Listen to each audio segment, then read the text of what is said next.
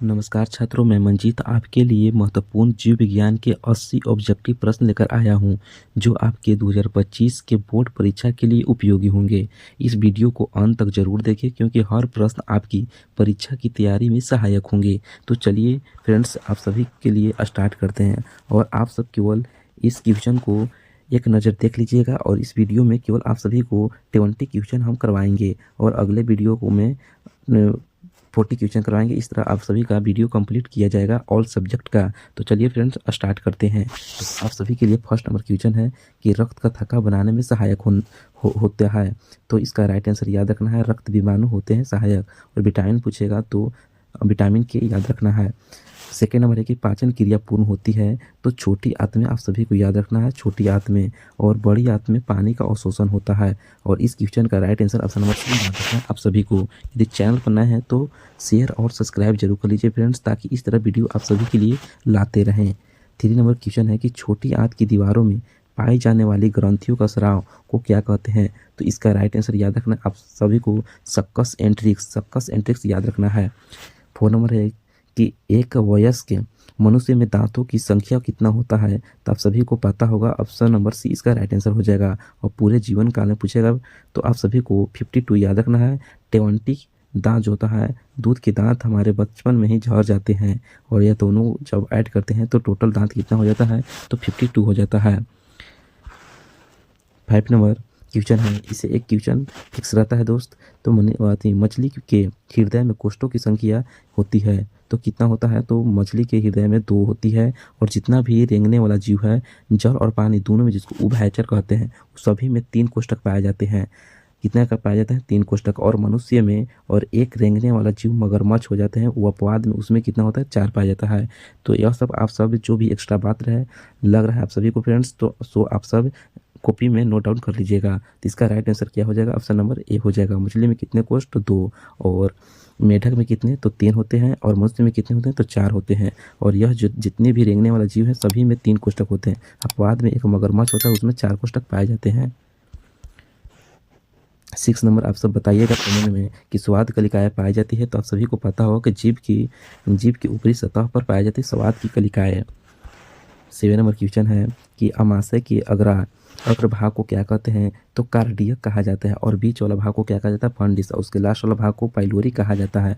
और यह भी पूछ लिया जाता है कि अग्नाशय के कितने भाग होते हैं। तो 3 भाग होते हैं, जो कि इस प्रकार है। और याद रखना है, अग्र भाग को क्या कहते हैं, कार्डियक। और बीच वाला मध्य भाग को फंडी कहा जाता है। और लास्ट वाला भाग को पाइलोरी कहा जाता है। तो इसका right answer option number C याद रखना है आप सभी को। 8 नंबर क्वेश्चन है कि मुख गुहा का पिछला भाग क्या कहलाता है। जो मतलब मुख गुहा जहाँ से गला है उसकी की जगह पर एक पाया जाता है, उसी को कहा जाता है ग्रसनी कहा जाता है। और वहाँ उसके बाद जो नली फूड पाइप, उसी को बोलते हैं ग्रस नली। ग्रस नली के बाद सीधे हमारा फूड पाइप अग्नाशय में जाकर खुलता है फ्रेंड्स। सो इसका राइट आंसर याद रखना है आप सभी को, ऑप्शन नंबर ए याद रखना है। 9 नंबर है, निम्नलिखित में से कौन सजीव के मुख्य लक्षण है। तो सजीव के मुख्य लक्षण श्वसन होते हैं, क्योंकि प्रकाश संश्लेषण क्रिया केवल और केवल पेड़ पौधे में होते हैं और श्वसन क्रिया जीव जंतु एवं पेड़ पौधे दोनों में होती है। इसलिए इसका right answer option number B हो जाएगा। 10 नंबर आप सब याद करिए कि छोटी आंत और बड़ी आंत के जोड़े में पाई जाने वाली छोटी नलीनुमा रचना को कहते हैं।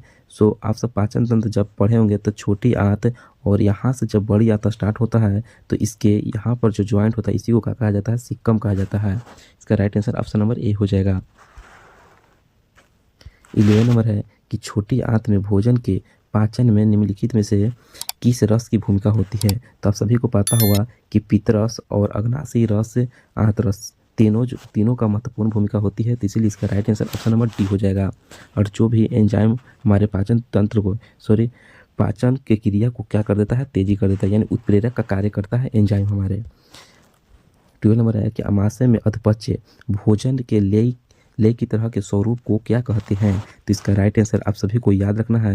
यहाँ पे कह रहा है क्या कि अमाशय में अधपच्य भोजन को, तो इसका राइट आंसर यह हो जाएगा, काइम कहा जाता है। ऑप्शन नंबर ए इसका राइट आंसर हो जाएगा। 13 नंबर है कि निम्नलिखित में से कौन एमिनो अम्लों के विखंडन से बनता है।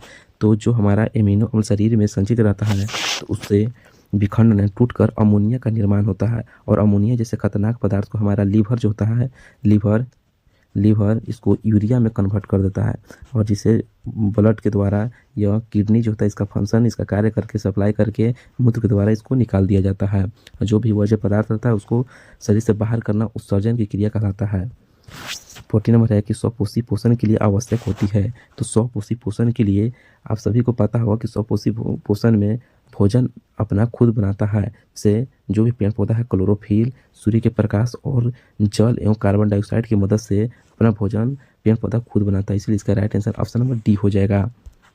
उम्मीद करते हैं 40 नंबर में से आप सभी को ये पूरा डाउट क्लियर हो गया होगा फ्रेंड्स। यदि कोई भी डाउट हो तो आप सब कमेंट में हमें बता सकते हैं क्या डाउट है नहीं है।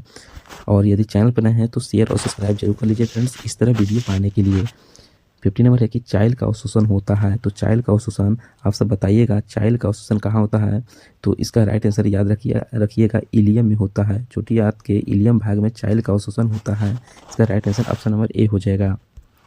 नेक्स्ट है 60 नंबर है कि मनुष्य के आहार नाल की कौन सी रचना अवशेषी अंग होती है। तो मनुष्य की तो आप सभी को पता होगा अपेंडिक्स जो होता है इसका कोई काम नहीं होता है। यह जो होता है बड़ी आंत, जब छोटी आंत से बड़ी आंत जाता है तो यहाँ पे लटका हुआ रहता है। जब भी हम लोग भोजन करते हैं तो इसमें कुछ कचरा जमा हो जाता है और उसी जो कचरा होता है उसी को जब दर्द करने लगता है तो उसी को कहा जाता है अपेंडिक्स। इसका कोई काम नहीं रहता है, इसको काट के बाद में हटा दिया जाता है।